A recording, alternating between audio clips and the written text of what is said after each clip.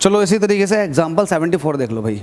74 देखो, हमसे कह रहा a projectile has a range of 50 metre. देखो जो जो आपको दिया हुआ ध्यान रखो, रेंज दे रखी है आपको 50 मीटर की, and reaches a maximum height of 10 metre. आपके पास एक प्रोजेक्टाइल है जिसने मैक्सिमम हाइट 10 मीटर की अचीव की है एंड 50 मीटर की उसने रेंज को पकड़ा है। हमसे कह रहा है calculate the angle eight which the projectile is fired. तो वो एंगल बता दो जिस पर आपने इस प्रोजेक्टाइल को फेंका, जिसकी वजह से इसकी रेंज भी आई और इसकी मैक्सिमम हाइट भी आई। अब वो एंगल आपको नहीं पता तो वही बताना। तो यहाँ पर लिखेंगे सॉल्यूशन। आप कहेंगे let's say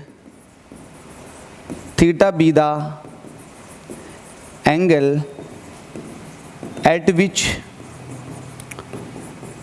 projectile is fired.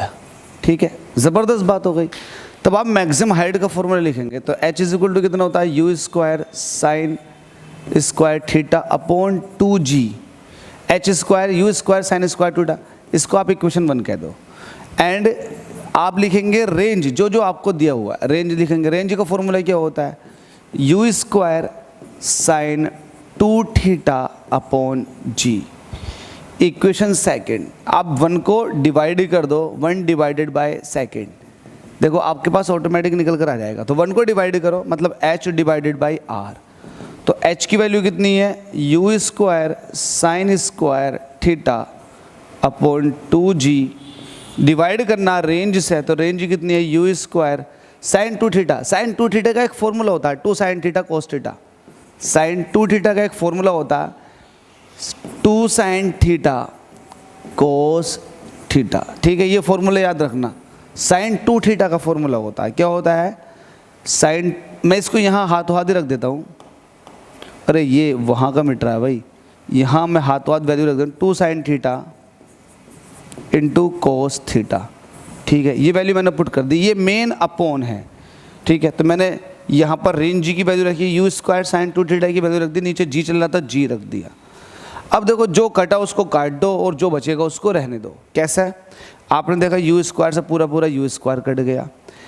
Sign square theta, यहाँ पर 2 साइन है तो एक साइन से एक साइन पूरा का पूरा चला जाएगा, जी से पूरा का पूरा ये चला जाएगा। तो ऊपर वैल्यू क्या बची, ऊपर वैल्यू बची क्या, h डिवाइडेड बाई r। ऊपर वैल्यू क्या बची, ये भी कट गया ये भी कट गया, साइन थीटा अपॉन 2, यहाँ से बचेगा साइन थीटा अपॉन 2। और नीचे से क्या बचा, 2 यहाँ से बचा, 2 यहाँ से बचा, और ये साइन तो कट चुका है कोस थीटा, 2 कोस थीटा। ठीक है, इसको और सही करके लिखेंगे तो ये हो जाएगा, देखो 2 डिवाइड में है तो मल्टीप्लाई कर जाएगा 1 divided by 4। Sign theta upon cos theta का मतलब होता है टेन थीटा। ऊपर साइन थीटा है नीचे कोस थीटा, इसका मतलब टेन थीटा। ये चल रहा है आपके पास h अपॉन r, मतलब एक फॉर्मूला और आ चुका है, टेन थीटा जो होता है वो sign theta upon cos theta होता है। उई माँ, आज पता लगा आपको ये ये नई चीज़, sine theta upon cos theta bio वालों के लिए है, बायो वालों को नहीं आती है ज़्यादा चीज़ें। h आपको दिया हुआ है, मैक्सिमम हाइट कितनी है 10, रख दो वैल्यू। रेंज आपको दे रखी है कितनी है, जल्दी से बताओ, 50 मीटर की रेंज है।